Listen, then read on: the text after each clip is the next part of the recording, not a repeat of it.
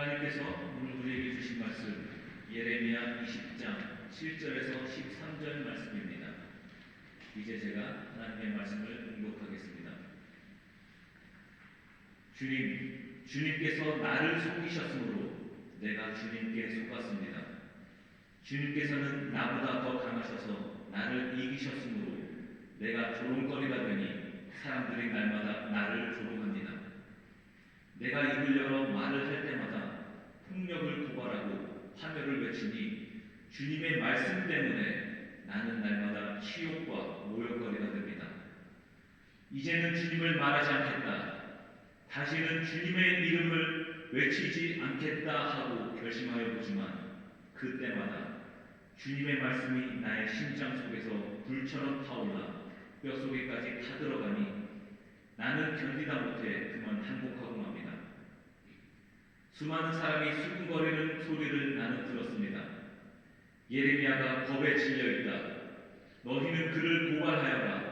우리도 그를 고발하겠다 합니다.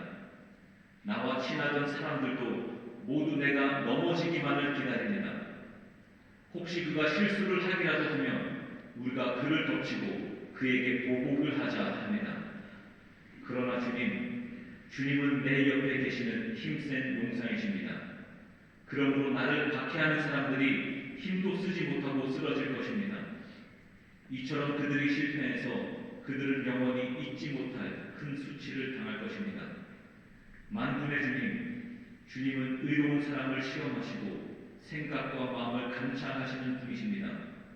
내 억울한 사정을 주님께 아뢰었으니 주님께서 그들에게 내 원수를 갚아 주십시오. 내가 그것을 보기를 원합니다. 주님께 노래하여라. 주님을 찬양하여라. 주님께서는 억압받는 사람들을 악인들의 권세에서 건져주신다. 아멘. 지금 한국에 산불이 많이 나고 있죠.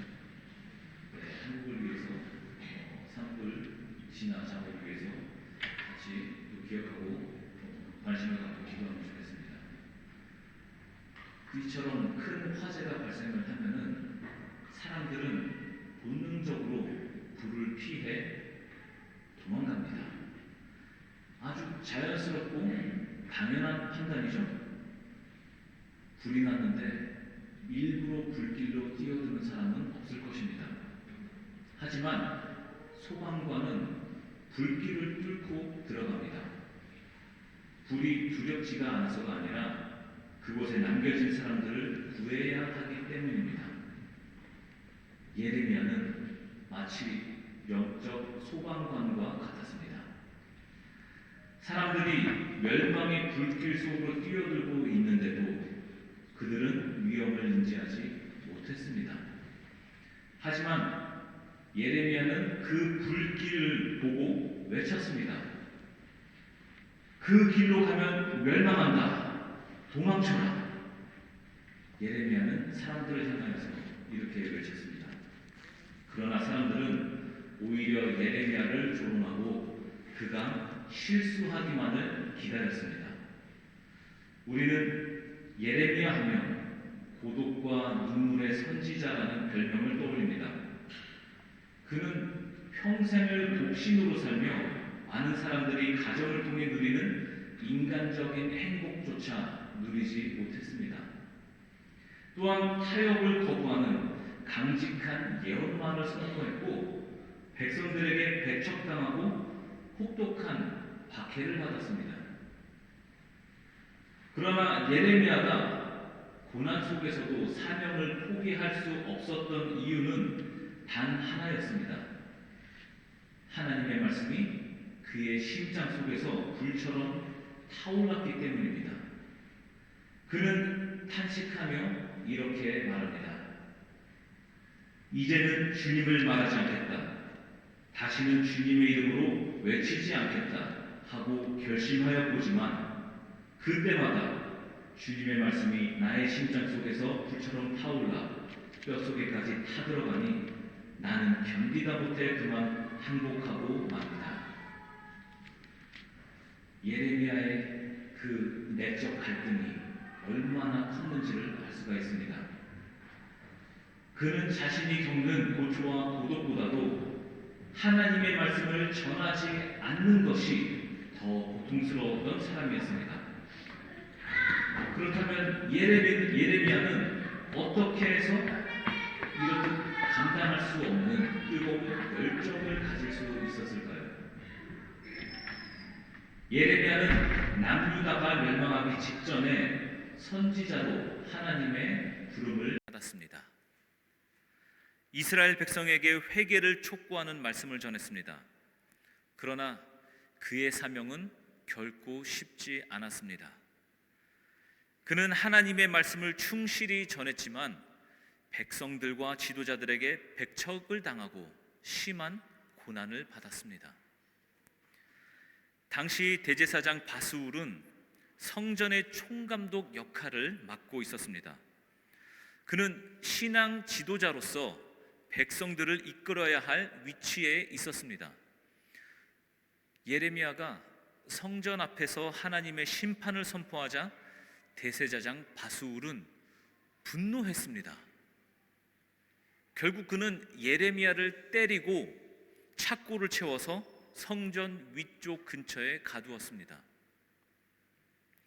예레미야는 하루 동안 그곳에 갇혀 극심한 육체적 고통과 정신적 수치를 당해야 했습니다. 이러한 핍박은 예레미야 개인의 신앙과 감정에 큰 갈등을 일으켰습니다. 사람이라면 누구나 이런 불평이 들지 않겠습니까? 내가 나조차고 이러는 건가? 본문 7절에서 그는 이렇게 말합니다. 주님께서 나를 속이셨으므로 내가 주님께 속았습니다 라고 탄식하며 마치 하나님께 속은 것 같은 심정을 표현합니다. 그리고 이어서 내가 조롱거리가 되니 사람들이 날마다 나를 조롱합니다 라고 말합니다. 심지어 주님의 말씀 때문에 나는 날마다 치욕과 모욕거리가 됩니다 라고 표현합니다. 예레미야가 아주 화가 많이 났음을 알 수 있습니다. 그에게 가해지는 고통이 너무 커서 예레미야는 이렇게까지 말합니다. 이제는 주님을 말하지 않겠다. 다시는 주님의 이름으로 외치지 않겠다. 하지만 예레미야는 곧 깨닫고 이렇게 이어서 얘기합니다. 주님의 말씀이 나의 심장 속에서 불처럼 타올라 뼛속에까지 타들어가니 나는 견디다 못해 그만 항복하고 맙니다. 결국 외적인 핍박과 내적인 갈등에도 불구하고 예레미야는 하나님의 말씀을 전하지 않을 수 없었습니다. 예레미야가 어렵게 마음을 돌이켰지만 현실은 여전히 가혹했습니다. 현실이 바뀌어서 예레미야가 마음을 돌이킨 게 아닙니다. 현실은 그대로였습니다. 힘든 건 마찬가지였습니다. 주변 사람들은 예레미야를 향하여 예레미야가 겁에 질려 있다 이렇게 말하면서 조롱하고 심지어 가까운 친구들조차 그가 넘어지기를 기다리다가 비방하는 모습을 보였습니다. 백성들은 그를 감시하면서 그가 혹여나 말실수를 할까봐 그러면 그 말실수를 잡아 고발하려고 했습니다. 그럼에도 불구하고 예레미야는 하나님을 신뢰하는 믿음을 회복해가며 이렇게 말합니다. 주님께서는 억압받는 사람들을 악인들의 권세에서 건져주신다. 이 말이 얼마나 귀합니까? 신앙을 가진 사람이라면 누구나 할 수 있는 말인 것 같지만 누구나 쉽게 할 수 없는 말입니다. 예레미야의 삶은 오늘날 우리에게 많은 도전을 줍니다. 하나님의 말씀을 따를 때 때로는 조롱과 핍박이 따를 수 있습니다. 어떤 때는 특별한 일을 하지 않아도 그리스도인으로서 사는 것 자체가 조롱의 대상이 되기도 합니다. 혹은 차라리 하나님을 몰랐더라면, 차라리 처음부터 그냥 몰랐더라면 말씀에 얽매이지 않고 더 간편하게 판단하고 가볍게 결정할 수 있을 텐데 라는 생각에까지 미치기도 합니다. 그러나 하나님의 말씀이 우리의 심장으로 꺼지지 않는 불처럼 들어올 때 우리도 예레미야와 마찬가지로 하나님을 찬양하며 증거할 수밖에 없습니다. 예레미야는 하나님의 말씀을 충실히 전했지만 사람들은 그의 말을 듣지 않았습니다. 오히려 그를 조롱하고 핍박했습니다. 그들에게 예레미야의 말은 불필요한 죄책감을 불러일으키는 불편한 소리였고 기분만 나쁘게 하는 잔소리처럼 들렸습니다. 예레미야는 여러 차례에 걸쳐 유다 백성들에게 죄를 회개하지 않으면 하나님의 심판이 임할 것이라고 경고했습니다. 그러나 사람들은 그 말을 받아들이지 않았습니다. 대부분의 유다 백성은 하나님께서 우리를 지켜주실 것이고 예루살렘은 절대 망하지 않을 것이라는 확신을 가지고 있었습니다. 하지만 예레미야는 그들의 기대와는 전혀 다른 심판과 경고의 메시지를 전했습니다. 사람들은 그의 말을 듣고 불안과 두려움을 느꼈고 결국 예레미야를 거부했습니다. 당시 유다에는 예레미야와 정반대의 주장을 하는 거짓 예언자들이 많이 있었습니다. 그들은 하나님께서 유다를 보호하실 것이니 걱정할 필요가 없다고 말하고 전쟁의 위협은 곧 사라질 것이라고 말하며 백성들에게 거짓된 희망을 심어주었습니다. 예레미야 4장 13절에서 14절 말씀을 보겠습니다. 그래서 내가 아뢰었다. 그렇지만 주 하나님, 저 예언자들이 이 백성에게 주님의 말씀이라고 하면서 전쟁이 일어나지 않는다, 기근이 오지 않는다, 오히려 주님께서 이곳에서 너희에게 확실한 평화를 주신다 합니다. 주님께서 나에게 말씀하셨다. 그 예언자들은 내 이름으로 거짓 예언을 하고 있다. 나는 그들을 예언자로 보내지도 않았고 그들에게 명하지도 않았고 그들에게 말하지도 않았다. 그들이 이 백성에게 예언하는 것은 거짓된 환상과 허황된 점괘와 그들의 마음에서 꾸며낸 거짓말이다. 사람들은 듣기 좋은 말을 하는 거짓 예언자들을 더 신뢰했고 오히려 예레미야를 비난했습니다. 이어서 예레미야 5장 30절에서 31절을 보겠습니다.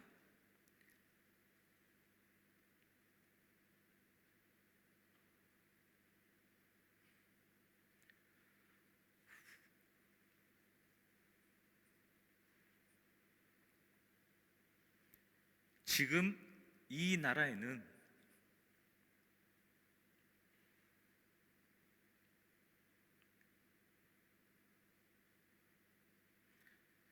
놀랍고도 끔찍스러운 일들이 일어나고 있다. 예언자들은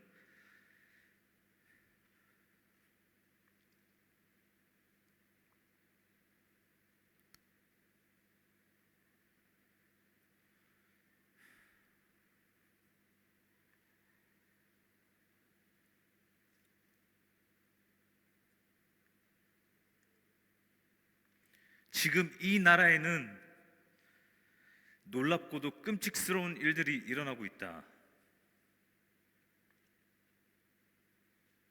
예언자들은 거짓으로 예언을 하며 제사장들은 거짓 예언자들이 시키는 대로 다스리며 나의 백성은 이것을 좋아하니 마지막 때에 너희가 어떻게 하려느냐.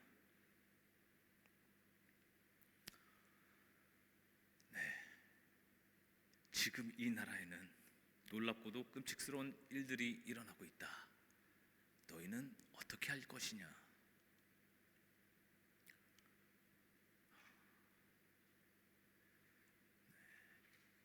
예레미야, 저 사람은 하나님의 뜻을 왜곡하는 자다. 그의 말은 거짓이다 라는 거짓된 주장들이 퍼져나갔고, 결국 백성들은 예레미야보다 거짓 예언자들을 더 믿고 따랐습니다. 사람들은 듣기 좋은 소리에 더 귀를 기울입니다. 무엇보다 유다 백성들은 예루살렘에 하나님의 성전이 있다는 이유만으로 자신들이 절대 멸망하지 않을 것이라고 확신하고 있었습니다. 예레미야 7장에서 하나님은 이렇게 말씀하십니다. 나 만군의 주 이스라엘의 하나님이 말한다. 너희의 모든 생활과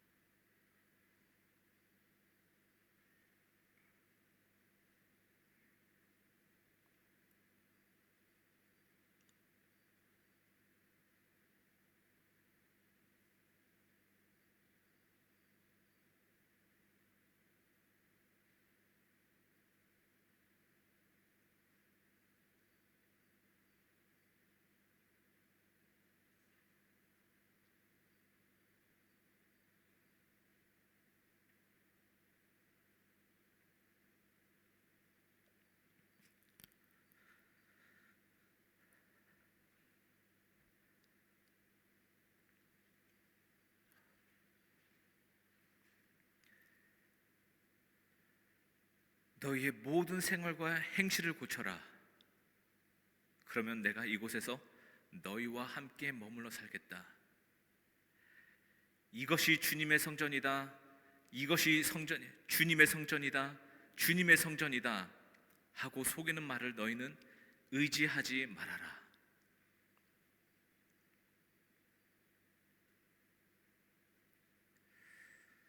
그러나 백성들은 하나님의 말씀을 외면했습니다.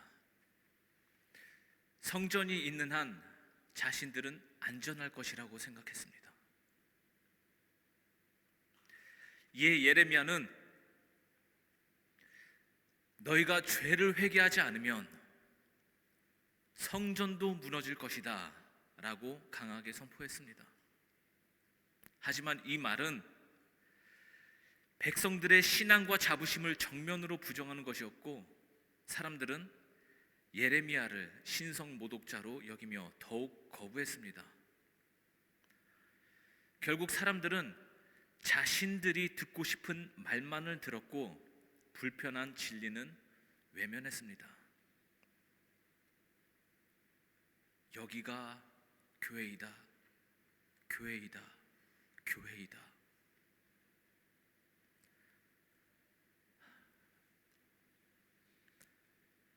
하지만 예레미야는 거센 방대와 핍박 속에서도 하나님의 말씀을 전하는 사명을 멈출 수 없었습니다.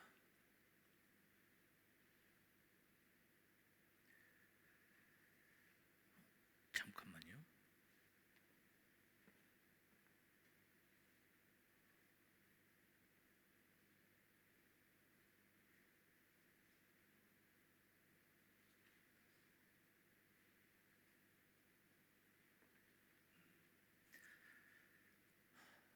오늘날 우리의 모습도 유다 백성과 별반 다르지 않을 때가 있습니다. 크게 다르지 않습니다. 우리는 하나님의 말씀을 듣지만 때로는 듣고 싶은 말씀만 듣고 불편한 진리는 외면할 때가 있습니다. 하나님은 우리를 사랑하시고 우리를 축복하신다라는 말씀은 쉽게 받아들입니다. 그렇지만 너희의 삶을 돌아보고 회개해라 라든가 하나님의 뜻에 순종하라는 말씀은 부담스럽게 느낄 때가 많습니다. 선택적 믿음입니다. 우리는 신앙생활을 하면서도 때때로 거짓된 안정감에 기대고 싶어 합니다. 나는 교회를 다니니까 괜찮아. 나는 예배도 드리고 헌금도 하니까 하나님이 나를 지켜주실 거야. 이런 생각이 들 때가 있습니다. 하지만 신앙은 형식이 아니라 삶의 변화와 순종을 요구합니다. 신앙은 형식이 아닙니다. 신앙은 삶의 변화와 순종입니다. 유다 백성들이 그곳에 하나님의 성전이 있다는 이유로 안전하다고 착각했던 것처럼 우리도 신앙의 본질이 아닌 외적인 조건에 기대고 있지는 않은지 돌아봐야 합니다. 또한 세상의 가치관과 충돌할 때 우리는 어떻게 반응하는지 생각해 보아야 합니다. 오늘날에도 세상은 이렇게 말합니다. 하나님의 말씀보다 너가 원하는 대로 살아라. 불편한 진리보다는 달콤한 거짓을 믿어라 라고 속삭입니다. 정직하게 사는 것이 손해처럼 느껴지고 믿음대로 살아가는 것이 조롱거리가 될 때가 있습니다. 그럴 때 우리는 예레미야처럼 하나님의 말씀을 붙들 수 있을까요? 그럴 때에도 우리는 여전히 주님께서는 억압받는 사람들을 악인들의 권세에서 건져주신다, 이 말씀을 믿음으로 붙들 수 있을까요? 아니면 세상의 소리에 타협하며 진리를 외면하게 될까요? 예레미야는 모든 조롱과 핍박 속에서도 하나님의 말씀을 전하는 사명을 멈출 수 없었습니다. 왜냐하면 하나님의 말씀이 그의 마음에 불처럼 타올랐기 때문입니다. 오늘 우리도 예레미야처럼 하나님의 말씀을 가슴에 품고 세상의 소리보다 하나님의 말씀에 귀 기울이는 성도가 되어야 합니다. 때로는 진리를 전하는 것이나 진리를 따라 사는 것이 힘들게 느껴질 수도 있습니다. 그러나 하나님의 말씀을 따라 사는 것이 결국 참된 생명의 길이며 영원한 소망의 길입니다. 예레미야처럼 끝까지 하나님의 말씀대로 살고자 했던 사람 중에는 윌리엄 윌버포스가 있습니다. 그는 18세기 영국에서 정치인이었습니다. 하나님을 깊이 만나면서 그의 삶의 목적이 바뀌었습니다.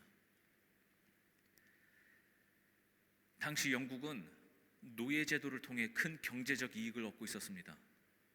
그리고 대부분의 사람들을 이를 당연하게 받아들이고 있었습니다.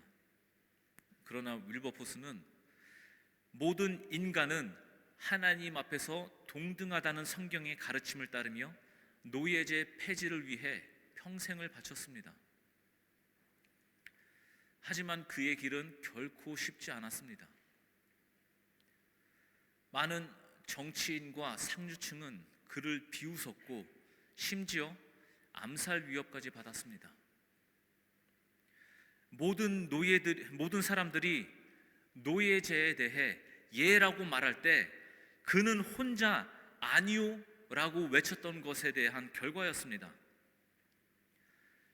마치 예레미야가 유대 사람들에게 회개를 외칠 때 조롱과 박해를 받았던 것처럼 윌버포스 역시 옳은 일을 이루기 위해 외로움과 고난을 겪어야 했습니다. 자기 몸 편하자고 노예제 폐지를 주장한 것도 아닌데 얼마나 힘들었겠습니까? 그렇다고 해서 포기하지 않았습니다. 그는 무려 40년 넘게 노예제 폐지를 위해 일했습니다. 그리고 20년 넘게 국회에서 노예제 폐지 법안을 발의하고 사람들의 마음을 바뀌기 위해 끊임없이 노력했습니다. 결국 그의 노력은 열매를 맺고 1833년에는 영국 전역에서 노예제도가 완전히 사라지게 되었습니다. 윌버포스는 노예제 폐지 법안이 의회를 통과하는 것을 목격하고 3일 후 73세의 나이로 사망했습니다. 그가 40년 넘게 50년 가까이 노예제 폐지를 위해서 운동했던 것을 볼 때 그는 정말 평생을 걸쳐 이 일에 헌신했던 것을 알 수 있습니다. 예레미야와 윌리엄 윌버포스의 삶은 우리에게 중요한 교훈을 줍니다. 오늘날 우리의 신앙생활도 마찬가지입니다. 때때로 믿음대로 살아가는 것이 부담스럽고 오히려 손해보는 것처럼 느껴질 수도 있습니다. 하지만 우리가 하나님의 뜻을 따라 살아갈 때 비록 그 길이 좁고 험할지라도 하나님은 우리에게 선한 열매를 맺게 하십니다. 이제 우리는 어떤 길을 선택해야 할까요? 사순절을 보내며 예수님께서 십자가를 지셨던 그 길을 묵상하고 우리도 하나님의 뜻을 따라 살아가기로 결단하는 시간이 되길 바랍니다. 하나님의 말씀을 듣고 깨닫고 실천하는 삶, 그것이 오늘 우리가 예레미야의 메시지를 통해 배워야 할 교훈입니다. 우리는 듣고 싶은 말이 아니라 들어야 할 말씀을 듣고 있는가? 하나님 말씀 앞에서 내 삶은 어떻게 변화되어야 하는가? 이 질문을 마음에 새기며 하나님의 말씀을 따라 살아가는 우리가 되길 바랍니다. 사순절은 단순히 예수님의 고난을 기억하는 시간이 아닙니다. 예레미야가 하나님의 말씀을 전하다가 조롱과 핍박을 받았던 것처럼 예수님도 진리를 전하시다가 사람들에게 배척당하셨습니다. 그러나 예수님께서는 우리를 위해 십자가를 지셨고 끝까지 하나님의 뜻을 따르셨습니다. 그러므로 우리는 세상의 소리에 흔들리지 말고 하나님의 말씀을 굳게 붙들어야 합니다. 때로는 믿음대로 사는 것이 불편하고 세상과 타협하는 것이 더 쉬워 보일 수도 있습니다. 그러나 예수님께서 십자가를 끝까지 감당하셨듯이 우리도 하나님의 뜻을 따라가는 길을 포기하지 말아야 합니다. 지금 이 순간 우리도 결단해야 합니다. 내가 듣고 싶은 말이 아니라 하나님께서 주시는 말씀을 듣고 실천하겠다고. 세상의 조롱과 핍박을 두려워하지 않고 담대하게 믿음으로 살아가겠다고. 예레미야는 하나님의 말씀을 전하지 않을 수 없었습니다. 그 불붙는 열정이 그의 가슴을 사로잡았기 때문입니다. 우리도 마찬가지입니다. 하나님의 말씀이 우리의 삶을 사로잡고 우리가 그 말씀대로 살아가기를 간절히 바랍니다. 사순절 기간을 통하여 우리의 신앙을 새롭게 하고 더욱 굳건한 믿음으로 나아가는 시간이 되기를 축복하며 기도합니다. 기도하겠습니다.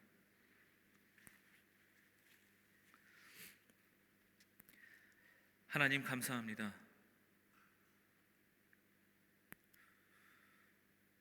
오늘도 우리에게 말씀을 허락하시고 예레미야의 삶을 통해 신앙의 길을 돌아보게 하심에 감사드립니다. 때로는 세상의 소리에 흔들리고 우리의 연약함 때문에 믿음의 길에서 머뭇거릴 때가 많습니다. 그러나 예레미야가 조롱과 핍박 속에서도 하나님의 말씀을 전할 수밖에 없었던 것처럼 우리도 주님의 뜻을 따르는 용기와 믿음을 허락하여 주옵소서. 이 사순절 기간 동안 예수님께서 걸어가신 십자가의 길을 깊이 묵상하며 우리의 신앙을 돌아보게 하옵소서. 고난과 어려움 속에서도 하나님을 신뢰하며 말씀을 따라 사는 결단을 하게 하옵소서. 듣기 좋은 말이 아니라 하나님의 진리의 말씀을 따르는 우리가 되게 하시고 세상의 유혹과 두려움을 이기고 믿음으로 굳건히 서게 하옵소서. 이제 우리의 삶에서 하나님의 말씀을 실천하며 살아가길 원합니다. 우리를 인도하시고 어디서든지 하나님의 뜻을 따라 살아가도록 도와주옵소서. 예수님 이름으로 기도드립니다. 아멘.